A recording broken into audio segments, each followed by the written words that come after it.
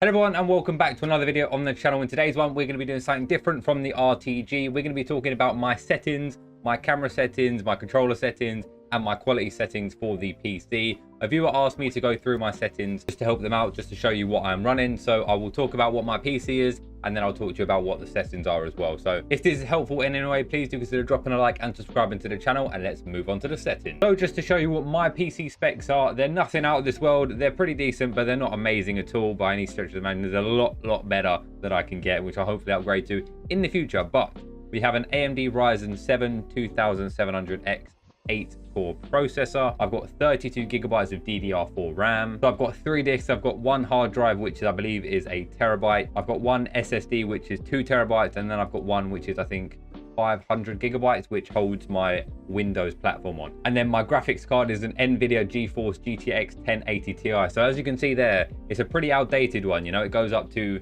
the 4000th generation now, I believe. Maybe even the 5000th, I think, for NVIDIA. So you don't need absolutely amazing specs to be able to run FC, which is nice. So what I'm going to do now is I'm just going to show you a few settings maybe that will help you be able to run the game a little bit better. So the first setting that might help you is going to be the game bar setting. So just go into the bottom search bar, type in game bar and then settings.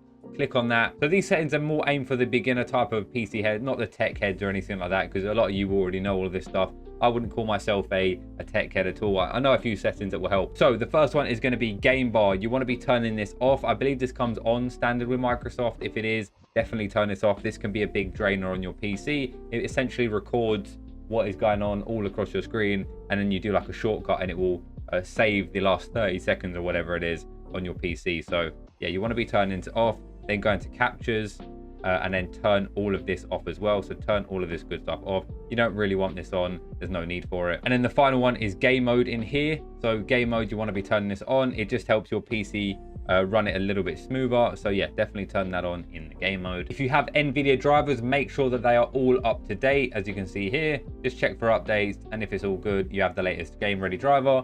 You're set on that one. So another thing is to make sure that you don't have anything that you don't need running in the background.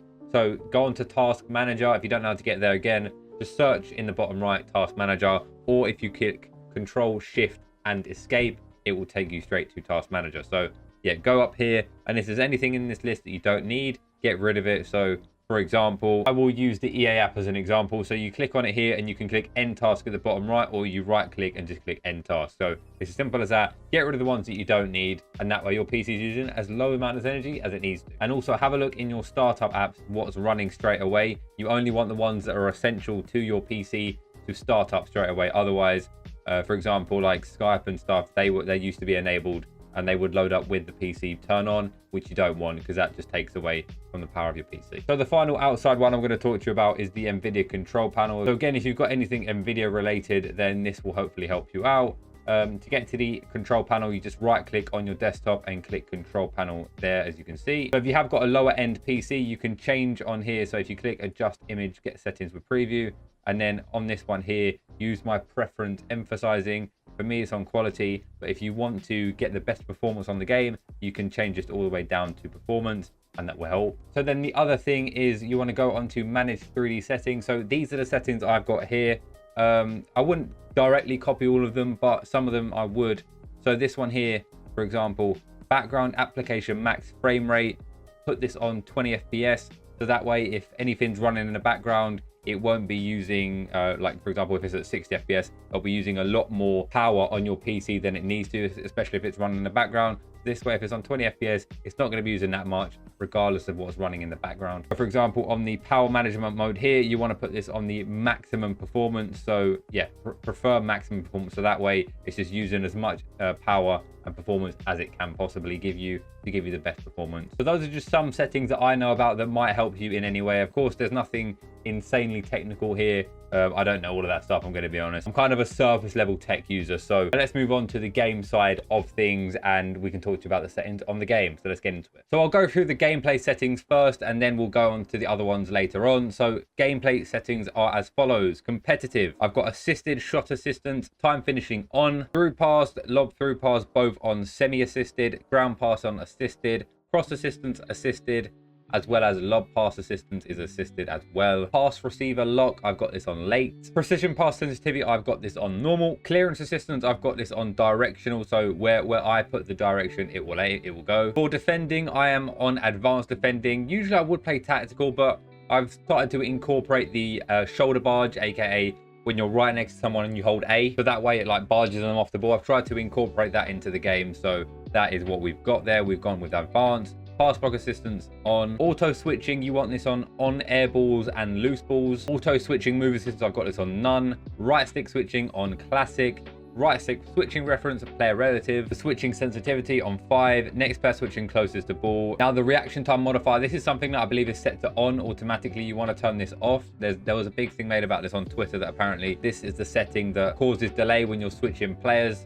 To be honest, personally, I don't really notice that much of a difference, but I've got it off anyway. So if you are having issues with player switching and whatnot, try this, see if this helps. Reaction time modifier sensitive, got it on 6. Player lock on. Save assistance on semi, I mean, this is not relevant. And then analog sprint on off. So those are the gameplay settings. So for camera, I'm always pushing the co-op narrative. For me, I think co-op is the best camera. It allows you to see more of the pitch, which is what I want to be doing. So I can pick out runs, you know, see what runs they're making, see what runs I want to make. I think it just allows you to see more and you can make more of it. So that's co-op, and then the actual settings are going to be height maxed out at 20, so it's the highest it can be, and then the zoom is 0, so it is the furthest away from the pitch. So yeah, you want it to be the highest and the furthest away, so that way you can see the most of the pitch. So if that's something you're interested in, then yeah, check out co-op. And also I've got far side focus on 5. I don't know what exactly far side focus is personally, got it on 5, but yeah. So we'll move on to visual now. So some of these can actually have a little bit of an impact on your gameplay in terms of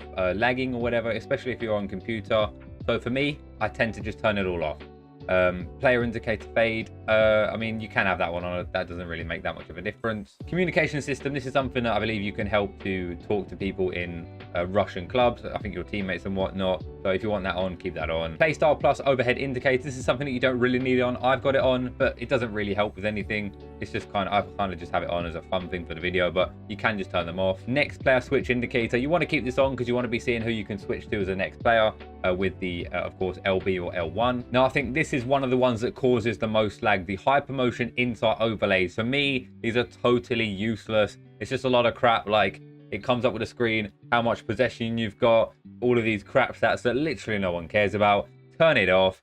Should help with the performance. Player performance widget off. Tactical chalkboard, I'm going to get that off. Tactical suggestions notification, this is where it tells you, I think, if you're like in the lead and it tells you, offers you suggestions to change formation or whatnot. You can keep that on. I've got it on myself. Underfoot player highlight, I've got that disabled. AR coaching rush, hide, ping system on. So yeah, those are my visual settings. So now we'll move on to the display configuration. Of course, this is now the big settings that will impact the performance of your PC and of course of the game. Of course, this will vary based on what PC you have, so take that into account. But for me, my PC is fairly decent. It is able to run this game no problem really. And of course, I'm recording at the same time whilst doing it, so that does hinder it a little bit, but I have no performance issues at all on this game. And of course, I will show you my PC set. I might have already showed you it in the video, but at this moment in time when I'm recording, I haven't. Anyway, let's get on to it. So I play 1440. I have quite a big screen, so it's 1440. A lot of you will be on 1080, which is the standard resolution for HD. So a lot of you will be on that. I'm on 1440. But I am on full screen mode. Now, for me personally, I actually like to be on windowed borderless. Now, I find that windowed borderless, if you have two monitors, it allows you to switch between two monitors nice and seamlessly. However, if you have a monitor which is over 60 hertz, which is common nowadays in gaming, for example, I have a 165 hertz monitor. So I play on the 144 hertz refresh rate. It's not possible to use windowed borderless to get the maximum refresh rate. It locks it to 60 hertz. So if you have a 60 hertz monitor, I'd probably go windowed borderless personally, but full screen does work very, very well. So that is what I'm on. Now the frame rate option, this will of course be determined by your PC. So if you are lacking a little bit, I would lock this to a certain FPS. For example, if you're running 60 hertz, I'd probably just go 60 FPS. There's no really need to go higher. For me, I'm on 144 hertz, so I've got the no limit, and then I've got vertical sync, so that will of course lock my frame rate to the maximum refresh rate that I've got. So, but if I'm playing on a lower refresh rate, there's not really any need to go higher than 60 FPS really on FIFA. because it doesn't really offer that much more in my opinion. So if your PC is not that high end, I would just stick with the 60 FPS, and it won't really make that much of a difference, of course, unless you've got the higher refresh rate. Dynamic resolution scale, I've turned this off because this will change the resolution to improve the performance as and when it needs to. So for me, it just kind of doesn't, you don't need that on. Yeah, it makes it look weird. Cutscene quality, I mean, you don't really care about cutscenes. I've got it on half frame rate. So yeah, if you're on 60 FPS, it will be 30 FPS, for example. So it will, of course, not look as smooth, but does anyone care really about cutscenes? Not really. So yeah, I've got it on half frame rate. And now we're moving on to the main settings which affect the performance of your PC. Now, for me personally, I've got them all on low, and I've got strand base hair off. Now, the reason for this is I don't really think there's that much of a difference between low and ultra. Of course, there are going to be some differences, but for the most part, the general feel of the game, it looks still pretty good on low. All of my videos that you watch are filmed with the quality on low. So I will show you clips in this one on low, and then I'm going to turn the performance up to high and ultra and whatnot, just to show you the differences. If you think it makes that big of a difference, I can actually switch on to the higher ones. I believe my PC is capable of running the game at the high quality, but I prefer to just have it on low, all on off. That way I'm maximizing the performance of my computer and of course FIFA, because it's not that well optimized on the PC in my opinion. So yeah, but that is what I've got there. I've got it all on low. If you've got a really high quality PC, just stick it all on the higher ones. Why not? Get the best looking game you can, and you won't have any issues anyway. But if your PC is not that insane, I would just stick it all on low and see how it performs for you. So what I'm going to go do now is I'm going to go into some kickoff games just to show you the difference between low and then ultra. And if you think it makes that much of a difference in the video, I can then think about recording in the higher quality. But for me, I don't think it looks that much different. But let me show you the differences. Right, so this is what the game is looking like on low quality. To me, it looks very good. And I'll also show you some zoom ups of course, the player faces, so you can see what they actually look like. And yeah, then you can compare them to what the ultra looks like. So this is what the low quality looks like. To me, it looks very good, and I have no issues with it whatsoever. So yeah, let me just quickly go score a goal, show you the celebration, for example, with Kylian Mbappe, and that way you can see it closer up. So Kylian Mbappe, let's do his natural one. Look at that. The player faces to me look still very good, but of course I'll show you the comparison with the higher and ultra settings. So let me just show you some of the player faces. This is what Kevin De Bruyne looks like when I'm going in on the camera. Of course, this is all on low. That's Aurelien Tchouameni. Got ourselves Erling Haaland there. Got Kylian Mbappe looking real nice. So yeah, I mean, even on low, as you can see here, the quality is not bad at all. So I'm going to go switch it onto the higher settings, and I'll be back with the gameplay. Right, so the game is now maxed out. This is all on ultra settings, as you can see here. What do you guys think of the difference? For me, I don't know. I don't think it's that, when you're looking from the camera angle like this, I don't think there's that much of a difference personally. But, you know, what do you guys think? Let me know in the comment section down below. We'll score a goal again just to show you the differences. So Mbappe with a celebration there. It is going to look better when they're closer up, I'm assuming. But yeah, I don't think there's that much of a difference. So again, let me go through and show you what some of the players are looking like. So that's Kevin De Bruyne there on ultra, maxed out. Look, does he look better? Sure, it does. Like, it's a little bit more detailed. The hair does look a bit nicer, sure. But is it that much of a difference? Not really. And this is a lot more strenuous on your PC. So for me personally, I don't really think it's worth it. That's that. There's Erling Haaland there. Look, there is a noticeable difference in the hair, sure. But is this going to impact your day-to-day gameplay just with a slight betterness in the hair? You know, the wrinkles and whatnot. Not really. And then there you go. Again, there's Kylian Mbappe there, as you can see, in his flesh. Yeah, I mean, look, does it look good? It does look good on the ultra. I won't lie. I'm not going to lie. It does look very good. But is it worth it? For me personally, I'm going to say no. But if that is something that is important to you, then what I would say is the one setting that I would definitely turn off would be the crowd. You don't need the crowd. And that's one of the main things that has a big impact, because of course it's a larger surface area for the crowd rather than just the players.